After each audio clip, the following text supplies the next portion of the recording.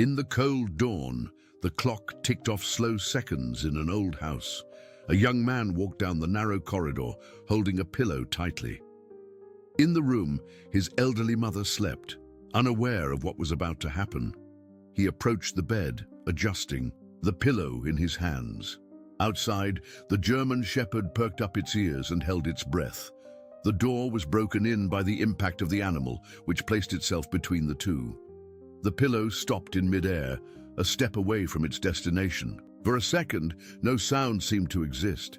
Do you love stories with animals? Then subscribe now and don't miss any. Thank you for following us. Now back to our story. The old grandfather clock in the living room ticked steadily through the quiet hours of the night, its rhythmic sound echoing through the modest two-story house on Maple Street in Cedar Falls, Iowa. The wind whispered through the oak trees outside, gently stirring the lace curtains that Margaret Thompson had hung in her bedroom window 20 years ago. Everything appeared peaceful in the small Midwestern home, but beneath the surface, calm, a storm of desperation was brewing.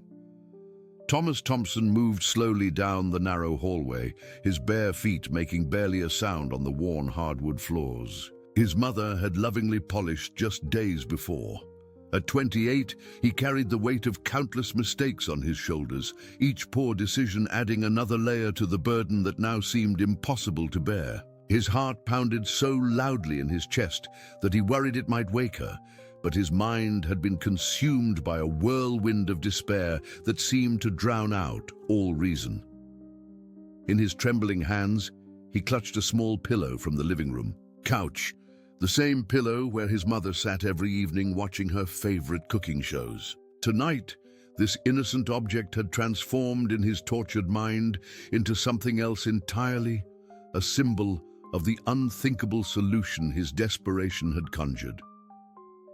Margaret Thompson lay peacefully in her bed, her silver hair spread across the pillow like moonlight. At 62, she had dedicated her entire life to her family, working double shifts at the local diner to put Thomas through college, sacrificing her own dreams so he could pursue his. Years of selfless love and countless attempts to guide her son away from destructive paths had left their mark on her face, but even in sleep, there was a gentleness there that spoke of unwavering hope. She had no idea that her son stood just outside her bedroom door, wrestling with thoughts that would have broken her heart had she known. For months, she had watched him spiral deeper into a darkness she couldn't understand, had tried everything in her power to reach him, to pull him back from whatever edge he was approaching. But tonight, unbeknownst to her, that edge had become a precipice. Thomas paused at the doorway, his hand resting on the cool brass doorknob. The weight of silence pressed down on him like a physical force. Everything in the house seemed to hold its breath, waiting. The family photos lining the hallway walls seemed to watch him with accusing eyes. Pictures of birthday parties, high school graduation, family vacations to the Wisconsin Dells when times were better and hope still lived in their hearts.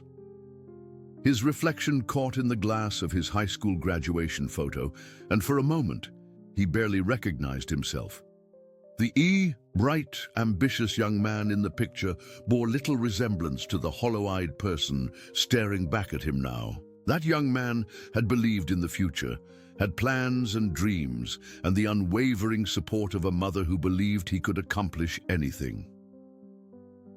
The house creaked softly around him, familiar sounds that had comforted him throughout his childhood, but now seemed to mock his presence. This was the home where his mother had nursed him through childhood illnesses, where she had helped him with homework at the kitchen table, where she had taught him to ride a bike in the driveway and bandaged his scraped knees when he fell. Thomas closed his eyes and tried to push away the memories, but they flooded through him anyway. He remembered the proud smile on his mother's face at his college graduation, how she had worked overtime for months to buy him a new suit for job interviews. He remembered her excitement when he got his first position at the marketing firm in Des Moines, how she had called every relative to share the news. But those memories only made the present more unbearable. The job had been lost 2 years ago due to budget cuts, and instead of swallowing his pride and asking for help, he had tried to maintain appearances. The lies had started small, telling his mother he was still employed while he searched for new work. But as the rejections piled up and his savings dwindled, the lies grew bigger and more complex. The gambling had started as a way to make quick money, just enough to keep up the charade until he found steady work again. But what began as occasional visits to the riverboat casino had evolved into an all-consuming addiction that devoured what little money he had left and created debts that now seemed insurmountable. Standing in the hallway of his childhood home, Thomas felt the full weight of his deception crushing down on him. The creditors had stopped calling and started making threats. The men who had loaned him money when legitimate sources dried up were not the kind to accept excuses or payment plans. They wanted their money, and they had made it clear what would happen if they didn't get it. His mother still believed he was working, still proudly told her friends at church about her successful son in the city. She had no idea that he had been evicted from his apartment 3 months ago and had been staying with various friends, too ashamed to come home and admit the truth. She didn't know about the drinking that had started as a way to numb the shame and had become another problem he couldn't control. Thomas turned the doorknob slowly, wincing at the soft click it made. The door opened silently on well-oiled hinges, and he stepped into his mother's bedroom. The moonlight streaming through the window illuminated her peaceful face, and for a moment, his resolve wavered. This was the woman who had sacrificed everything for him, who still kept his childhood bedroom exactly as he had left it, who called him every Sunday to make sure he was eating well and taking care of himself. But the crushing weight of his circumstances pressed down on him again. The insurance money would solve everything. His mother would finally be at peace, free from the disappointment he was certain to bring her when the truth came out, and he would have enough money to pay off his debts and start over somewhere new, maybe even become the man she had always believed he could be.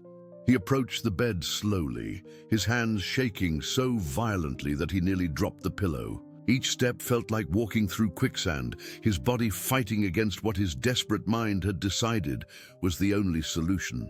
The floorboard near the window creaked under his weight, and he froze, heart hammering, but his mother continued to sleep peacefully. Margaret stirred slightly, murmuring something inaudible in her sleep. For a moment, Thomas thought she might wake up, and part of him hoped she would. If she woke up now, if she saw him standing there, maybe he could find the courage to tell her everything. Maybe there was still time to find another way, to face his problems honestly and accept whatever consequences came with the truth. But she settled back into deep sleep, and the moment passed. Thomas stood over her bed, the pillow trembling in his hands, his mind a battleground between desperation and the last remnants of his conscience. The ticking of the grandfather clock seemed to grow louder, counting down the seconds until he would either act on his terrible plan or find the strength to step back from the abyss he had created. Outside, the wind picked up, rattling the windows and stirring the trees. Somewhere in the distance, a train whistle echoed across the prairie, a lonesome sound that seemed to carry all the weight of his anguish into the night. Thomas closed his eyes and took a deep breath, steeling himself for what he believed he had to do. But as he raised the pillow, preparing to cross a line from which there could be no return, a sound from downstairs shattered the silence of the night and changed everything. The sound came from the kitchen below, a distinct scraping noise followed by the jingle of metal tags against a food bowl. Thomas froze, the pillow still clutched in his hands, his entire body going rigid with fear and confusion. For a moment, his mind couldn't process what he was hearing. Then it hit him like a physical blow. Rex was awake. Rex, the German shepherd his mother had rescued from the animal shelter 3 years ago, had been Margaret's constant companion since Thomas had moved to Des Moines. The dog had become more than just a pet. He was her protector, her confidant, and often her only company during the long evenings when she missed her son terribly. Thomas had forgotten about Rex in his desperate planning. The dog usually slept in the kitchen, content to guard the house from his bed near the back door. But tonight, something had disturbed him. The gentle scratching of claws on the linoleum floor below suggested the dog was moving around, alert, and possibly suspicious. Margaret stirred in her bed, her breathing changing slightly as some unconscious part of her registered the sounds from downstairs. Thomas held his breath, afraid to move, afraid to breathe, afraid that any sound might wake her fully and force him to confront what he was attempting to do. The pillow in his hand suddenly felt impossibly heavy, as if it were made of lead instead of soft cotton and down. The sounds from below stopped abruptly, replaced by a silence that somehow felt more ominous than the noise had been. Thomas strained his ears, listening for any indication of what Rex was doing. Was the dog settling back down? Or was he becoming more alert? The uncertainty gnawed at Thomas, adding another layer of anxiety to his already frayed nerves. He had always had a complicated relationship with Rex. When his mother first brought the dog home, Thomas had been skeptical. A single woman in her 60s didn't need the responsibility of a large, energetic dog, he had argued. But Margaret had been lonely after Thomas moved to the city, and the dog had filled a void that her son's weekly phone calls couldn't touch. Over time, Thomas had grown to appreciate Rex's presence in his mother's life. The dog provided security and companionship, and Margaret's happiness had been obvious whenever she talked about her four-legged friend. Rex was intelligent and well-trained, fiercely loyal to Margaret, but friendly to visitors, including Thomas, during his infrequent visits home. But now, standing in his mother's bedroom with intentions that would horrify anyone who knew him, Thomas found himself viewing Rex as an obstacle to his desperate plan. The dog's protective instincts toward Margaret were legendary in the neighborhood. Rex had once chased off a would-be burglar simply by barking ferociously at the front window. He had never shown aggression toward Thomas, but then again, Thomas had never posed a threat to Margaret before. The soft padding of paws on the stairs made Thomas's blood run cold. Rex was coming upstairs, his movements deliberate and cautious. Thomas could picture the dog's alert posture, ears perked forward, nose testing the air for any scent that might explain what had awakened him. Dogs had senses far superior to humans, and Thomas wondered if Rex could somehow detect the evil intention that filled the room like a toxic cloud. Margaret's breathing deepened, and she shifted in her sleep, turning slightly toward the window. The movement caused her to sigh softly, a sound that in normal circumstances would have filled Thomas with love and nostalgia. Instead, it only intensified his internal torment. This was the woman who had sung him lullabies, who had stayed up all night when he had pneumonia at age 10, who had believed in him even when he had stopped believing in himself. The footsteps on the stairs grew closer, each soft pad bringing Rex nearer to a confrontation that Thomas dreaded. He knew he should leave, should abandon this insane plan, and find some other way to deal with his problems. But the crushing weight of his debts and the shame of his deception felt like chains around his neck, dragging him toward what seemed like the only solution. His mind raced through the mathematics of his desperation. $50,000 in gambling debts to people who didn't accept bankruptcy as an excuse, $30,000 more to credit card companies and banks, his mother's life insurance policy, which he knew about because he had helped her organize her important papers 2 years ago, would pay out $200,000, enough to clear his debts and give him a chance to start over, to maybe become worthy of the faith his mother had always placed in him. But even as these rational thoughts filled his mind, another part of him recoiled in horror at what he was contemplating, This was his mother, the most important person in his world, the woman who had sacrificed her own happiness for his benefit countless times. How had he fallen so far that harming her seemed like a reasonable option? The sound of Rex reaching the top of the stairs sent a jolt of adrenaline through Thomas's system. The dog paused there, and Thomas could imagine him surveying the hallway, using all his senses to determine what had drawn him from his comfortable bed. Rex was not just protective, but intelligent, capable of reading situations with an intuition that often seemed almost supernatural. Thomas remembered a story his mother had told him about Rex's uncanny ability to sense her moods. When Margaret was sad or upset, Rex would stay close to her, offering silent comfort. When she was happy, he would become playful and energetic. The dog seemed to understand human emotions better than many people did, and Thomas realized with growing dread that Rex might already sense the darkness that had brought him to his mother's bedroom. The soft clicking of claws on hardwood indicated that Rex was moving down the hallway, investigating each room systematically. Thomas knew the dog's routine from his visits home. Rex would check the bathroom, then Thomas's old bedroom, and finally approach his mother's room. The thoroughness of the dog's patrol was both admirable and terrifying in the current circumstances. Margaret mumbled something in her sleep, a fragment of a dream that might have been Thomas's name. The sound stabbed through him like a knife, reminding him of all the times she had called out to him in concern, in pride, in love. She had always been his biggest supporter, his most loyal advocate, the one person in the world who never doubted his potential. The irony wasn't lost on him that he was betraying that faith in the most ultimate way possible. The woman who had given him life was in danger of losing hers because of the very son she had raised with such dedication and hope.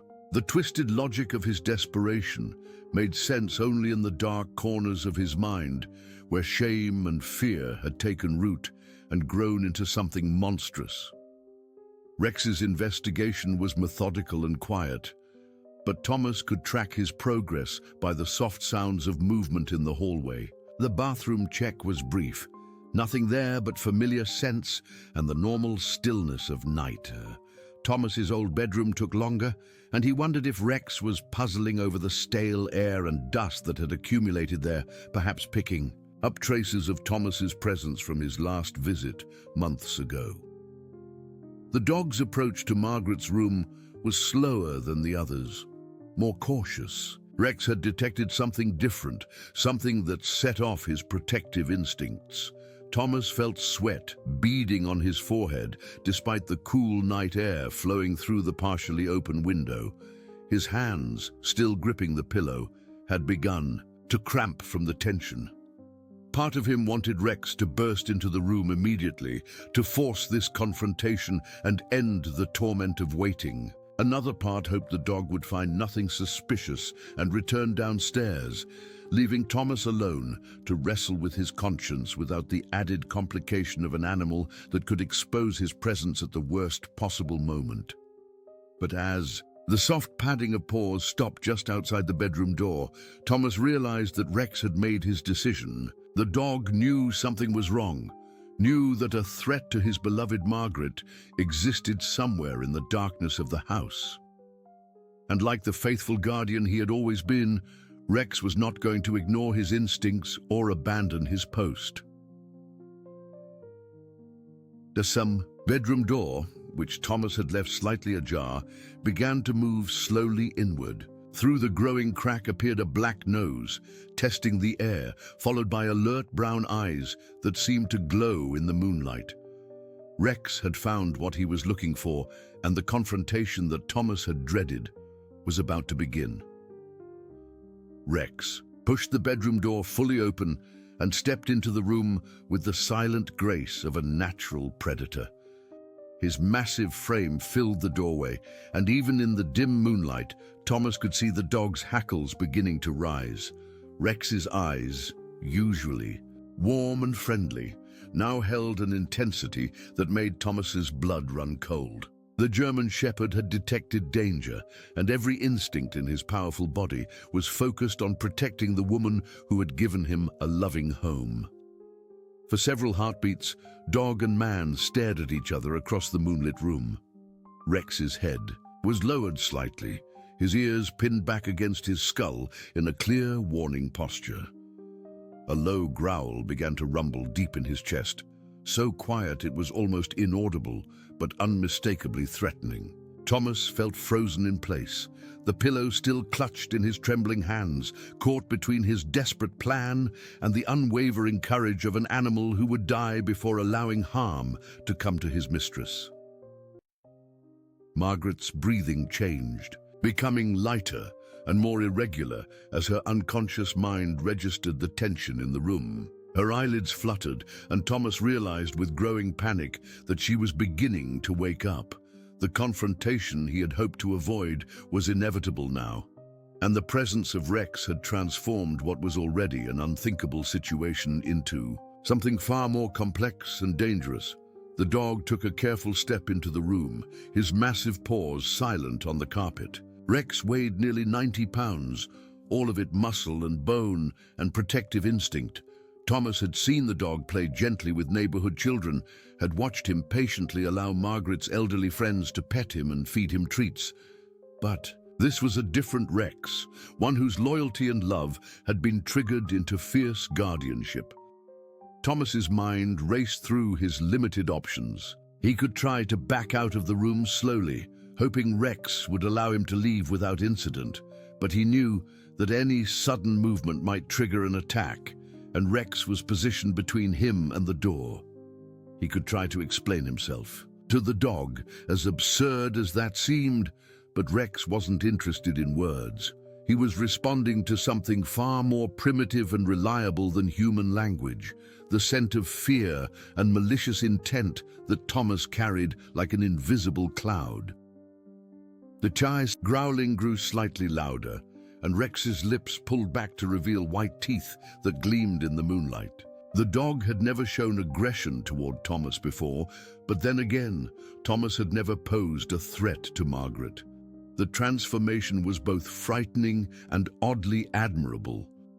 This was what unconditional loyalty looked like, what pure love in action meant when everything else was stripped away.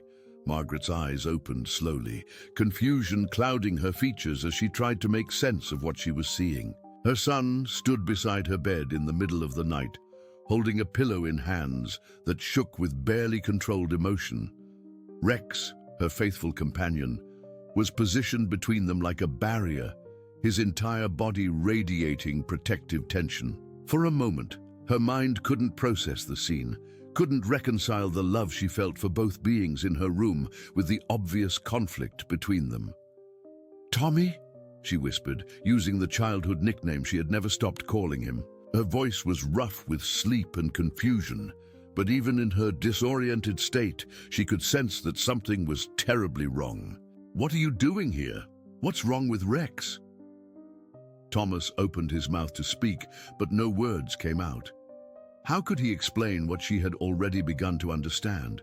How could he justify the unjustifiable or make sense of the senseless? The pillow in his hands suddenly felt like evidence of his guilt, a physical manifestation of intentions too dark to speak aloud.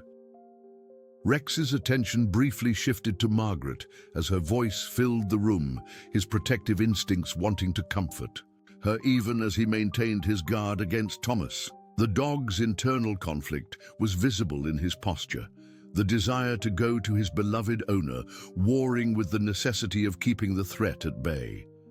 It was a testament to his intelligence that he managed to do both, moving slightly closer to the bed while keeping his body positioned defensively. "Rex, what's gotten into you?" Margaret asked, pushing herself up into a sitting position. The movement sent another wave of alertness through the dog, who interpreted any change in the situation as potentially dangerous. Margaret reached out a hand toward Rex, and the dog's demeanor softened momentarily at her familiar touch, but his eyes never left Thomas. Thomas felt the weight of his mother's gaze as understanding began to dawn in her eyes. She was connecting the pieces, her son's unexpected presence in the middle of the night, his obvious distress, the pillow clutched in his hands, and Rex's unprecedented defensive behavior. The mathematical equation of the scene was adding up to a sum that no mother should ever have to calculate. "Tommy," she said again, her voice steadier now but filled with a sadness that cut through Thomas like a blade. "What have you gotten yourself into?" The question opened floodgates that Thomas had been trying to keep sealed for months. The shame, the guilt, the crushing weight of his failures came pouring out in a torrent of barely coherent words. He told her about losing his job, about the lies he had told to maintain the illusion of success. He confessed to the gambling, to the drinking, to the debts that had grown beyond any hope of legitimate repayment.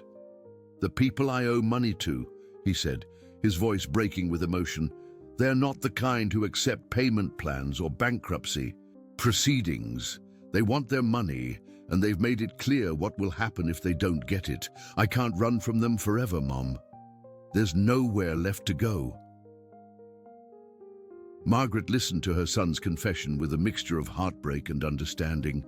She had suspected that something was wrong during their phone conversations, had detected the strain in his voice and the careful way he avoided certain topics. But the full scope of his problems was worse than anything she had imagined. Rex remained alert throughout Thomas's confession, his instincts telling him that the immediate danger might be passing, but not completely gone. The dog's intelligence allowed him to sense the shift in emotional energy in the room, but his protective instincts kept him ready to act if the threat resurged. "So you thought," Margaret began, then stopped, unable to voice what they both knew.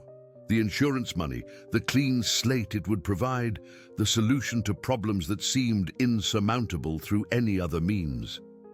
The twisted logic of desperation that had brought her son to her bedside, with intentions that horrified them both. "I'm sorry," Thomas whispered, sinking to his knees beside the bed. The pillow fell from his nerveless fingers, landing on the carpet with a soft thud that seemed to echo with the weight of near tragedy. "I'm so sorry, Mom. I don't know how I got to this place. I don't know who I've become."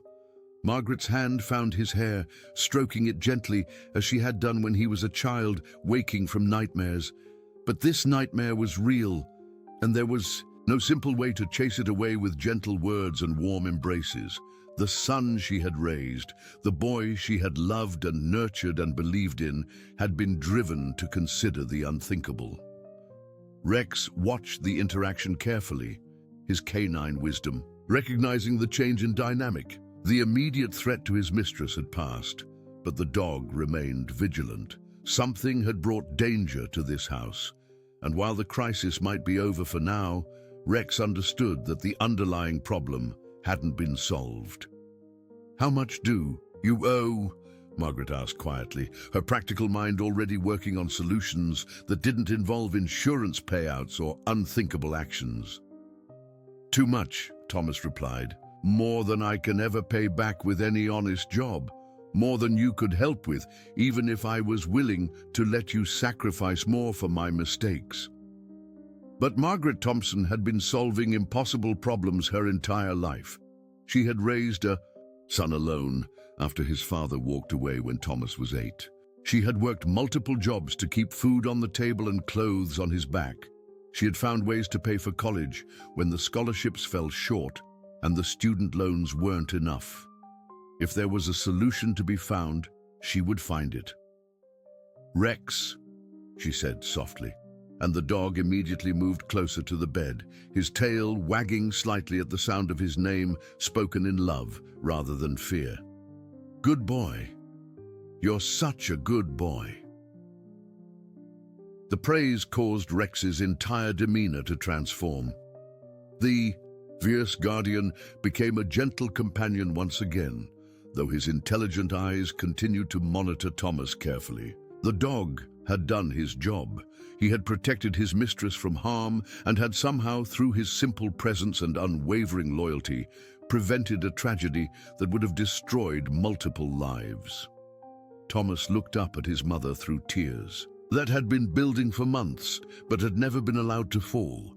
Here was the woman he had nearly betrayed in the most fundamental way possible, and she was already working on ways to help him. Her love was unconditional, unending, and apparently unshakable even in the face of his darkest hour. But as the immediate crisis passed, Thomas realized that his problems hadn't disappeared. The dangerous men he owed money to were still out there, still expecting payment, still capable of carrying out their threats. The desperation that had driven him to this point remained as crushing as ever, and now he had to live with the knowledge of what he had nearly done to the person he loved most in the world. Margaret helped Thomas to his feet, her small hands surprisingly strong as they guided him to the old rocking chair beside her bed. Rex positioned himself between them, no longer aggressive, but still watchful, his brown eyes moving back and forth as if he understood that the danger might have passed, but the pain certainly hadn't.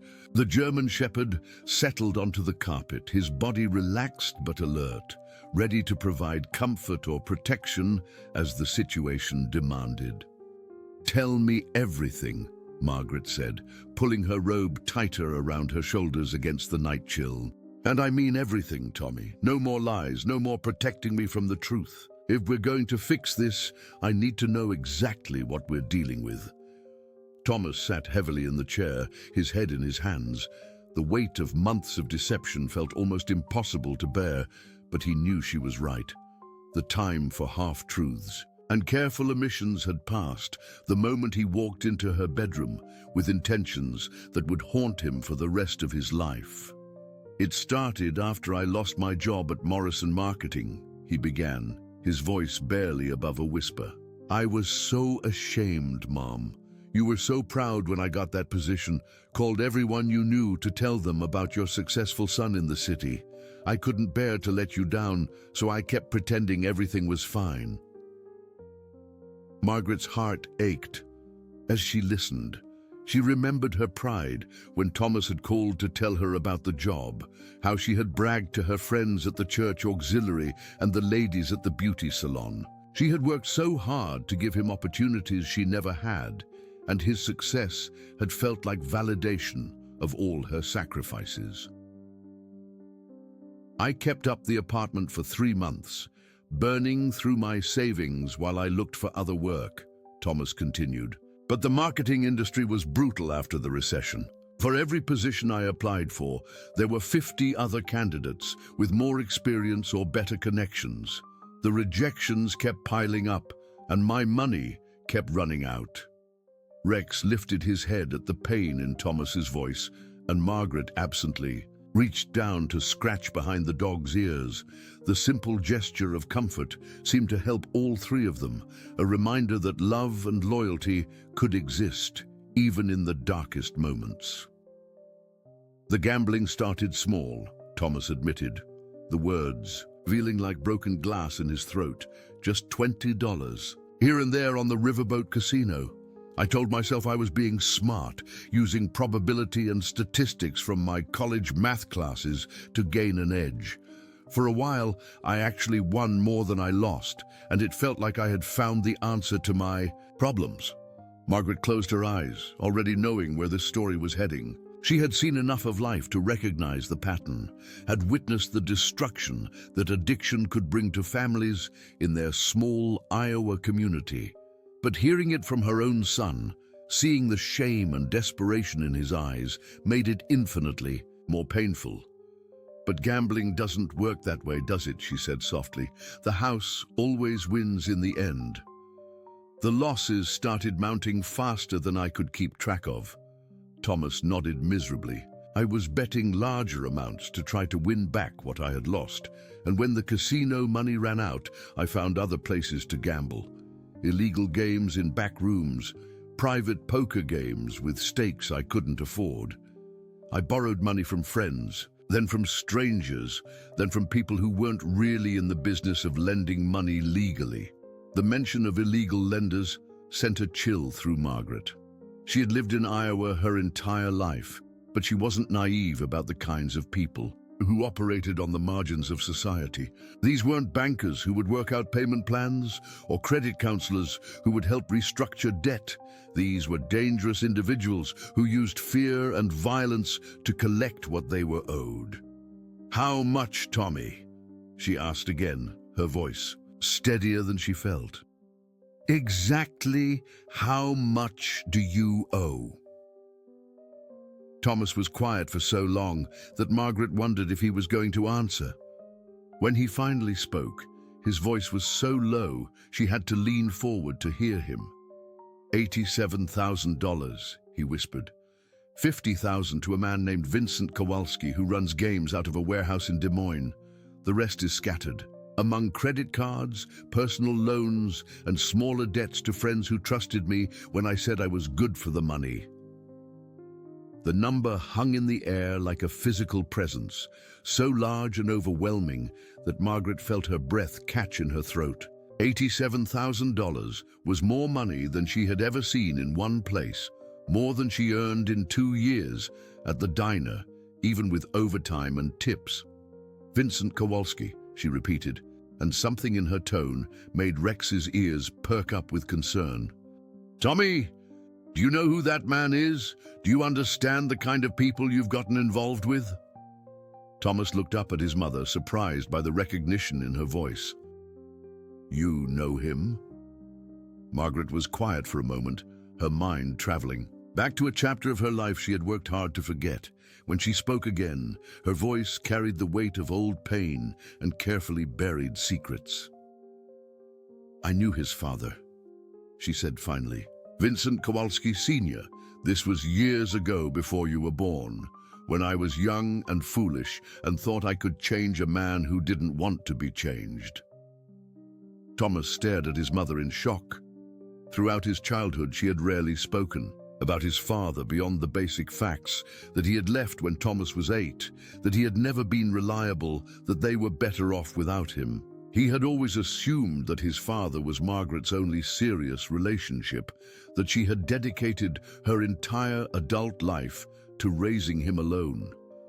"There are things about my past that I've never told you," Margaret continued, her hands twisting the hem of her robe as she struggled with words she had never planned to speak. "After your father left, I was so angry, so hurt, so desperate to feel like someone valued me. I made some very poor choices in the men I allowed into our lives." Rex seemed to sense the emotional significance of the moment and moved closer to Margaret, resting his large head on her knee. The gesture of comfort from her faithful companion gave her the strength to continue.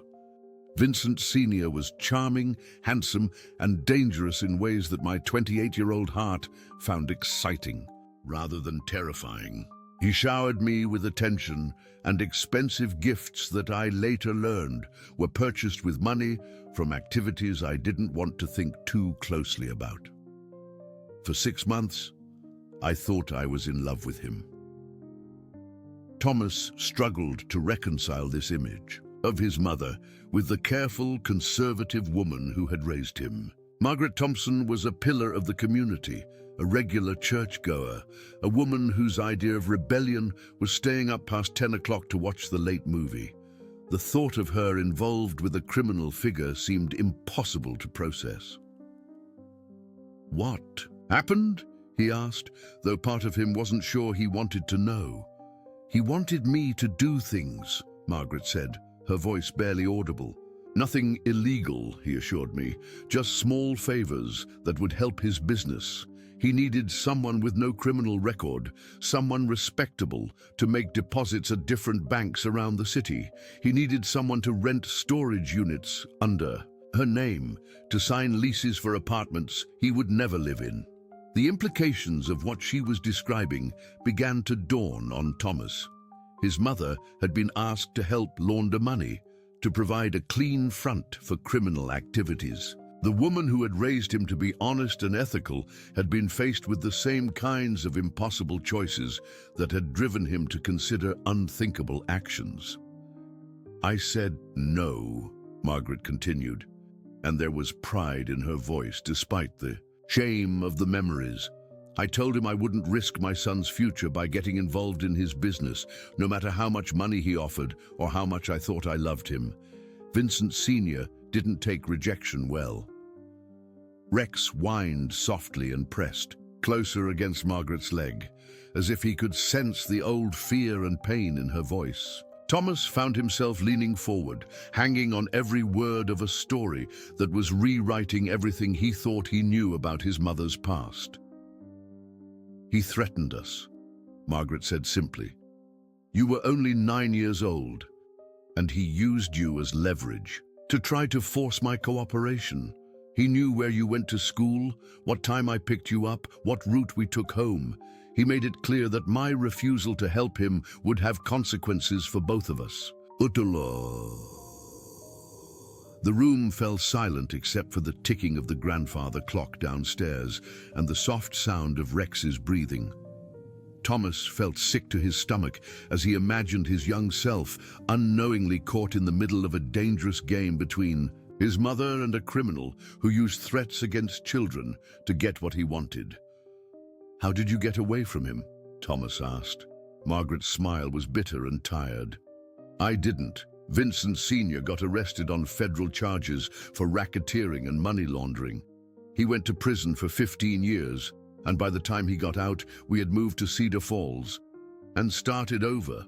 I thought that chapter of our lives was closed forever. But now his son is the one I owe money to," Thomas said, the full horror of the situation finally becoming clear. Vincent Jr. inherited his father's business and his father's methods, and his father's memory of the woman who refused to help, Margaret added quietly. "Vincent Sr. was released from federal prison 2 years ago, Tommy. If his son knows who you are, if he's made the connection between the Thompson family he's threatening and the Thompson woman who cost his father dearly 20 years ago, then this isn't just about gambling debts anymore." The revelation hit Thomas like a physical blow. His problems weren't just about money anymore. They were about revenge, about old grudges and family honor in a world where such things were settled with violence rather than lawyers. He had unknowingly walked into a trap that had been 2 decades in the making, and he had dragged his mother into danger that she had spent 20 years trying to escape. Rex seemed to understand that the atmosphere in the room had changed, become more charged with fear and uncertainty. The dog's protective instincts, which had calmed during the emotional conversation, began to reassert themselves. He stood and moved to the window, his nose testing the night air for any sense that might indicate danger approaching their safe haven. Outside, the wind continued to rustle through the oak trees, but now every sound seemed potentially threatening. The peaceful small-town night that had surrounded them suddenly felt fragile and temporary, as if unseen dangers were closing in on the modest house on Maple Street where 2 generations of Thompsons had thought they could finally find peace. The sound of a car engine turning off the main road and onto Maple Street shattered the fragile calm that had settled over the Thompson household. Rex immediately went on high alert, his ears pricked forward as he moved to the front window with the fluid grace of a natural guardian. A low growl rumbled deep in his chest, not the warning he had given Thomas earlier, but something more primal and dangerous. Margaret and Thomas froze, both understanding instinctively that this late-night visit was not coincidental. In Cedar Falls, Iowa, people didn't make social calls at 3 in the morning, and the timing, coming so soon after their conversation about Vincent Kowalski, felt ominous in ways that made Thomas's blood run cold. "Get away from the window," Margaret whispered urgently, but Rex was already positioning himself where he could see the approaching vehicle while remaining hidden behind the curtains. The German shepherd's training and instincts had kicked in, and he understood that stealth was now more important than visibility. Thomas moved to his mother's side, and together they listened as footsteps approached their front door. Two sets of footsteps, moving, with the confident gait of men who are used to being intimidating. The sound stopped at their porch, and for several long moments, nothing happened. The silence stretched on, becoming more terrifying than action would have been. "They're not knocking," Thomas observed, his voice barely a whisper. "They're just standing there." Margaret's mind raced through possibilities, all of them frightening. These men, and she was certain they were Vincent Kowalski's men, weren't here to collect money or deliver threats. If that had been their purpose, they would have knocked, would have demanded entry, would have made their presence known in traditional, intimidating fashion. Instead, they were waiting, watching, perhaps determining how many people were in the house and whether there would be resistance to whatever they had planned. Rex's hackles were fully raised now, his body tense and ready for action. The dog had moved from the window to a position where he could see both the front door and the staircase, understanding instinctively that threats could come from multiple directions. His training as a guard dog, which had been mostly dormant during his peaceful years with Margaret, was fully activated. "Tommy," Margaret said quietly, her voice carrying a strength and determination that surprised her son. "There's something else I need to tell you, something I should have told you years ago, but I was trying to protect you from a truth that I thought would hurt you more than help you."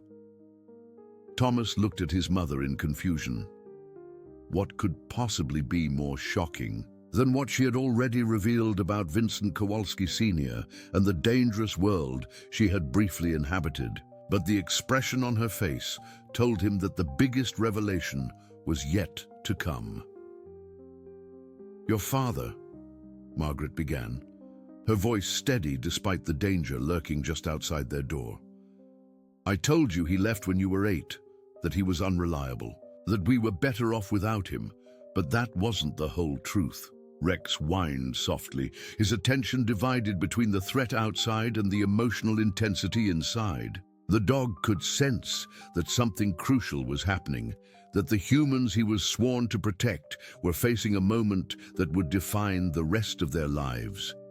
"He didn't leave us, Tommy," Margaret continued, her eyes never leaving her son's face. "He was taken. Vincent Kowalski Sr. ordered his removal when I refused to cooperate with his money laundering scheme. Your father had gambling debts too, smaller than yours, but significant enough to make him vulnerable. Vincent used those debts as leverage against me, and when I still refused to help, he made your father disappear as an object lesson." The words hit Thomas like a physical blow. Everything he had believed about his childhood, about his family, history, about the reasons for his father's absence, crumbled in an instant. The man he had spent years resenting for abandoning them hadn't chosen to leave. He had been eliminated by the same family that was now threatening Thomas and his mother. "You're telling me," Thomas said slowly, struggling to process the magnitude of what he was hearing, "that Vincent Kowalski Sr. had my father eliminated, and now I owe money to his son? That this is some kind of cosmic joke, or worse, a deliberate trap?" Margaret nodded, tears streaming down her face. "I think Vincent Jr. knows exactly who you are. I think your gambling debts, your vulnerability to his particular form of business, might not have been as accidental as you believed. Men like the Kowalskis have long memories and longer grudges." The implications were staggering.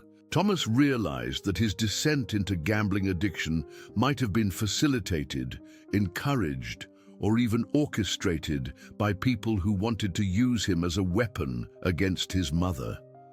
His problems weren't just the result of poor judgment and bad luck.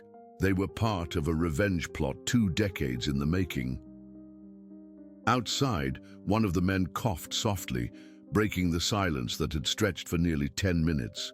The sound was somehow more threatening than if they had been pounding on the door or shouting demands. These were patient predators, willing to wait for the perfect moment to strike.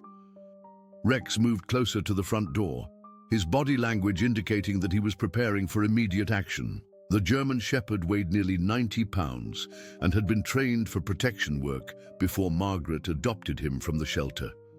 If these men tried to enter the house, they would face not just an angry dog, but a warrior whose loyalty to his family was absolute.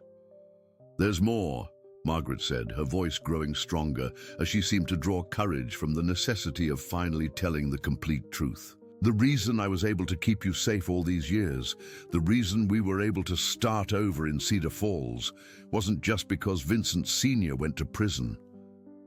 Thomas stared at his mother, wondering what other secrets she had carried alone. For 20 years, every revelation seemed to expose another layer of complexity, another dimension of danger and deception that had shaped his life without his knowledge. "I had insurance," Margaret said simply. "Not the kind of insurance policy you were thinking about earlier tonight, but something more valuable and more dangerous. Before Vincent Sr. went to prison, I made copies of documents I found in his apartment.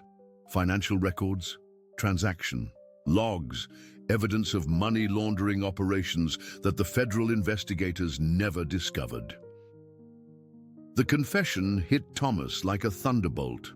His mother, the woman he had thought lived a simple, straightforward life, had been carrying evidence of federal crimes for 2 decades.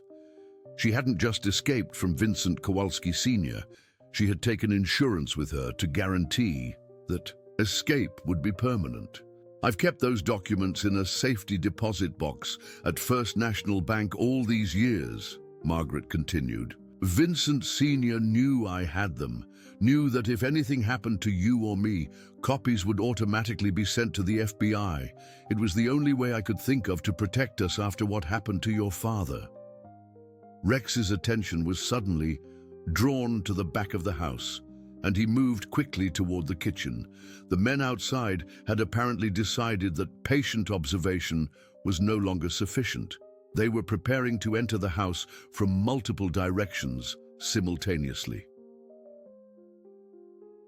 "They're not just here to collect money," Margaret said, understanding the tactical implications of what was happening. "They're here to eliminate the last remaining threat to the Kowalski family operations. Vincent Jr. inherited more than just his father's business.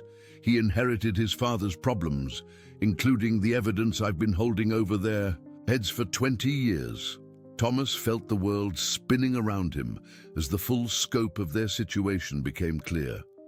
This wasn't about gambling debts or insurance money or desperate solutions to financial problems. This was about family honor, criminal enterprises, and secrets that had been festering for 20 years.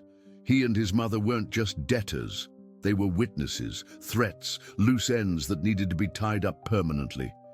But as the danger closed in around them, Thomas also felt something else rising within him, not the desperate panic that had driven him to his mother's bedside with unthinkable intentions, but a fierce, protective instinct that he had never known he possessed.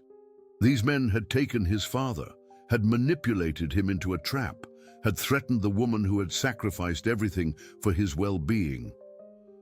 Rex returned to the living room and positioned himself at the base of the staircase, his intelligent eyes moving between Thomas and Margaret as if asking for instructions. The dog understood that the threat was imminent and multifaceted, but his loyalty remained unwavering.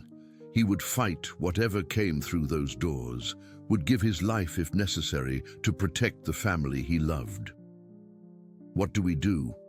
Thomas asked, and for the first time in months, his voice carried determination rather than despair. Margaret smiled through her tears, recognizing the man her son had always been capable of becoming. "We survive," she said simply. "We protect each other, and we survive. Your father couldn't be saved, but we can save ourselves." The sound of footsteps moving around the house confirmed their worst fears. They were being surrounded, and whatever Vincent Kowalski Jr. had planned for the Thompson family was about to begin. But as the three of them, woman, man, and faithful dog, prepared to face whatever came next, there was something in the room that hadn't been there at the beginning of the night.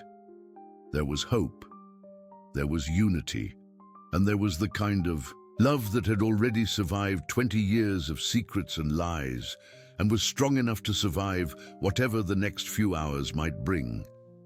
The first sound was subtle, the soft scraping of metal against wood as someone attempted to manipulate the back door lock. Rex's ears swiveled toward the kitchen, and he moved silently through the house with the focused intensity of a trained guardian. Margaret gripped Thomas's hand, and together they listened to their four-legged protector positioning himself strategically. Near the rear entrance, Thomas felt a clarity of purpose that had been absent from his life for years. The man who had entered his mother's bedroom hours earlier with desperate, unthinkable intentions had been transformed by truth, by love, and by the realization that some things were worth fighting for regardless of the cost. His mother had spent 20 years protecting him from dangers he never knew existed, and now it was his turn to protect her. "The documents," he whispered urgently. "If they're here to eliminate the threat you represent, then those documents are our only leverage." Margaret nodded, her mind already working through the implications. "There's a phone number memorized in my head, a direct line to Agent Sarah Mitchell at the FBI field office in Des Moines. She was the investigator who handled Vincent Sr.'s case 20 years ago. If she's still alive, still with the Bureau, she'll remember me." The sound of splintering wood from the kitchen indicated that subtle lockpicking had been abandoned in favor of forced entry. Rex's warning bark echoed through the house, followed immediately by sounds of a struggle. The German Shepherd was fighting for his family, buying them precious time with his courage and loyalty. Thomas moved toward the kitchen, every instinct telling him to help Rex, but Margaret caught his arm. "No," she said firmly. "Rex knows what he's doing. Our job is to get help, not to get ourselves captured or hurt. Rex is giving us the chance we need. We can't waste it." She led Thomas to her bedroom phone, her fingers dialing a number she had memorized decades ago and hoped never to use. As the phone rang, they could hear Rex's continued resistance in the kitchen, the sound of furniture being overturned, and men cursing as they tried to deal with 90 pounds of furious, protective German Shepherd. "Mitchell," came a tired voice. On the other end of the line, "Agent Mitchell, this is Margaret Thompson from Cedar Falls.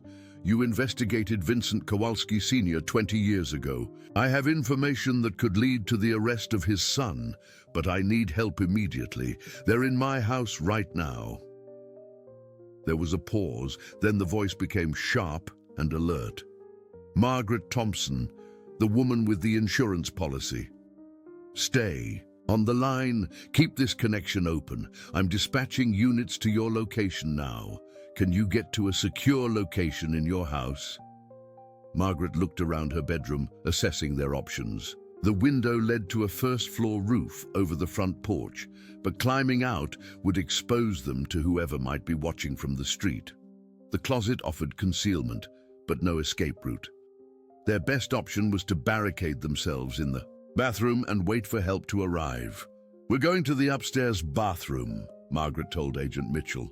"My son is with me, and my dog is fighting the intruders downstairs. Please hurry." The sounds from the kitchen had changed, becoming less chaotic but more ominous. Rex's barking had stopped, replaced by the sound of men's voices discussing their next move. Thomas and Margaret moved quickly but quietly toward the bathroom, hoping Rex had managed to escape or hide rather than face a worse fate. As they barricaded themselves behind the bathroom door, Agent Mitchell's voice continued to provide reassurance. Through the phone connection, "Units are 3 minutes out. The Cedar Falls Police Department is being assisted by federal agents who were already in the area. Margaret, I need you to know, we've been watching Vincent Kowalski Jr. for months. Your call tonight might be the break we've been waiting for. The revelation that law enforcement had been building a case against their tormentors provided hope, but it also meant that Thomas and Margaret had unknowingly become pawns in a larger game. Their survival of this night would determine not just their own fate, but potentially the success of a federal investigation that could prevent other families from experiencing what they had endured. Footsteps on the stairs indicated that the men had overcome Rex's resistance and were searching the house systematically. Margaret squeezed Thomas's hand, and he was amazed by the strength in her grip. This woman had faced dangers he was only beginning to understand, had made sacrifices he was only now discovering, and had carried secrets that would have crushed a less determined person. "I'm sorry," he whispered to her, "for everything, for the lies, for the debts, for what I almost did to you tonight. You deserved better than the son I became." Margaret's smile was radiant despite their circumstances. "Oh, you became exactly the son you were meant to become," she said softly. "It just took a crisis to show you who that person really was. Your father would be proud of the man you are right now, in this moment, protecting his family." The sound of sirens in the distance provided the sweetest music Thomas had ever heard. Agent Mitchell's voice on the phone confirmed what they hoped. "Federal and local units are on scene. The suspects are being apprehended. You can come out now, but stay on the line until I give you the all clear." Thomas opened the bathroom door cautiously, and they made their way downstairs to find their house filled with law enforcement officers. Vincent Kowalski Jr. and his associate were in handcuffs, being read their rights, while evidence technicians photographed the forced entry and damage to the kitchen. But Thomas's first concern was Rex. They found the German Shepherd in the living room, being examined by a paramedic who specialized in emergency veterinary care. The dog was conscious and alert, with a few minor cuts and bruises, but no serious injuries. Rex's tail wagged weakly when he saw Margaret and Thomas, and the relief on his canine face was unmistakable. Agent Mitchell arrived within an hour, a woman in her 50s with graying hair and sharp eyes that missed nothing. She greeted Margaret like an old friend, despite the 20 years and difficult circumstances that separated their first meeting from this reunion. "The documents you've been holding," Agent Mitchell explained, "combined with what we observed tonight and the financial records we've been gathering on Vincent Jr.'s operations, should be sufficient to put the Kowalski organization out of business permanently. Your son's gambling debts, by the way, were artificially created and illegally enforced. He won't owe a cent to anyone when this is finished." Over the following hours, as statements were taken and evidence was processed, the full scope of the Kowalski family's criminal enterprise became clear. Vincent Jr. had indeed inherited his father's grudge against Margaret Thompson, and Thomas's gambling problems had been deliberately exploited and exacerbated to create leverage against her. The debts that had driven Thomas to desperation were based on rigged games and manipulated outcomes designed to trap him in an impossible situation. But perhaps more importantly, the truth had finally set them free. Margaret no longer had to carry the weight of decades-old secrets alone. Thomas no longer had to pretend to be someone he wasn't or struggle with problems that had been artificially imposed upon him. And Rex, their faithful guardian, had proven that love and loyalty could triumph over even the most dangerous threats. As dawn broke over Cedar Falls, Iowa, the Thompson family sat together in their living room, drinking coffee and processing. The night's revelations. Rex lay at their feet, his head resting on Margaret's lap, content to be exactly where he belonged. The house showed signs of the night's violence: a broken door, overturned furniture, damaged walls. But these were merely physical repairs that could be made easily. The emotional healing would take longer, but for the first time in years, both Thomas and Margaret felt hopeful about the future. The gambling addiction would require treatment and ongoing support, but Thomas was no longer fighting that battle alone. The shame and secrecy that had nearly destroyed their relationship had been replaced by understanding and forgiveness. "What happens now?" had Thomas asked as they watched the sun rise through the kitchen window that would need to be repaired. "Now we live," Margaret said simply. "We live honestly, we live openly, and we live together. The Kowalskis can't hurt us anymore. Your debts aren't real, and we have each other. That's more than enough to build a new life on." Agent Mitchell stopped by one final time before returning to Des Moines, bringing news that Vincent Kowalski Jr. had already begun cooperating with federal investigators in exchange for a reduced sentence. The criminal organization that had cast a shadow over their lives for 2 decades was effectively finished. "There will be trials," Agent Mitchell explained, "and you'll both need to testify. But the danger is over. Vincent Sr. died in prison 3 months ago, something we didn't publicize because we were still building the case against his son. The grudge dies with this generation." As the federal agent prepared to leave, she turned back to Margaret with the expression of genuine admiration. 20 years ago, you made a choice that probably saved more lives than you'll ever know. Keeping those documents, staying strong, protecting your family. It took courage that most people don't possess. Your son is lucky to have you as a mother. Margaret glanced at Thomas, who was gently stroking Rex's head, while the dog dozed in a patch of morning sunlight. "I'm the lucky one," she said. "I got to see my son become the man I always knew he could be." The weeks that followed brought changes that none of them could have anticipated. Thomas entered a residential treatment program for gambling addiction, but this time he did so with the support of his mother and the knowledge that his problems had been artificially created and exploited by criminals. The healing process was difficult but genuine, built on a foundation of truth rather than shame. Margaret returned to work at the diner, but now she talked openly about her son's recovery and their family's experiences. Her courage in facing the Kowalski family became legendary in Cedar Falls, and she found herself counseling other families dealing with addiction and criminal exploitation. Rex became something of a local celebrity, the hero dog who had saved his family from dangerous criminals. Children in the neighborhood would stop by to pet him and hear the story of his brave night, though Margaret always edited the tale to focus on courage and loyalty rather than violence and danger. But perhaps the most important change was in the relationship between mother and son. The secrets and lies that had created distance between them were replaced by honest communication and mutual respect.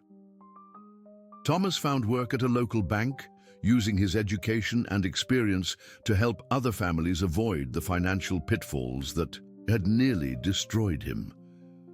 On quiet evenings, the three of them would sit on the front porch, watching the sunset and listening to the sounds of their peaceful neighborhood. Rex would position himself where he could see both Thomas and Margaret, his protective instincts never fully relaxed, but no longer desperately needed.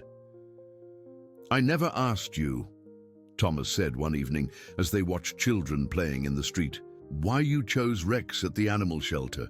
What made you pick him out of all the dogs available for adoption?"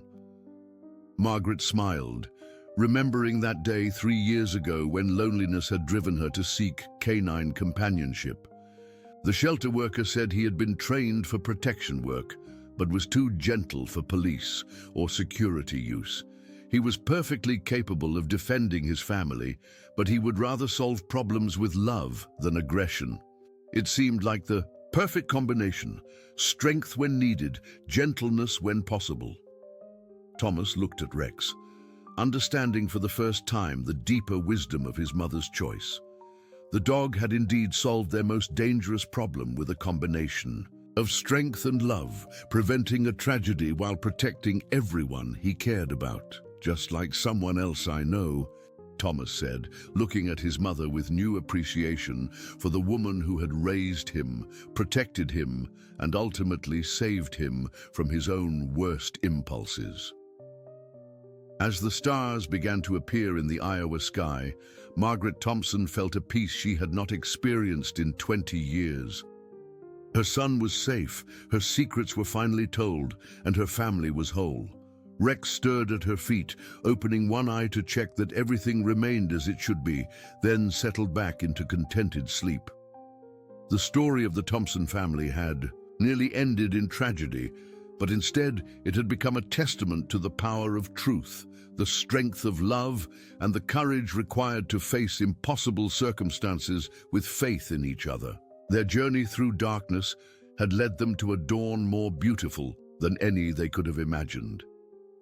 Dear listeners, we hope that the story of Thomas and Margaret Thompson has moved you as much as it moved us in the telling. Their journey, from the brink of tragedy to the light of redemption, reminds us that families can overcome even the most impossible circumstances when they choose truth over deception and love over fear. Rex, their faithful guardian, showed us that loyalty and courage can prevent tragedies and heal hearts that seem beyond repair. If this story of family resilience and second chances touched your heart, we invite you to explore more tales of hope and healing by subscribing to our channel and clicking the like button. Every day, we share stories that explore the complexity of human relationships and the extraordinary strength that ordinary people discover in their darkest hours. Share your thoughts in the comments below. Have you ever faced a situation where telling the truth, no matter how difficult, was the key to saving what mattered most?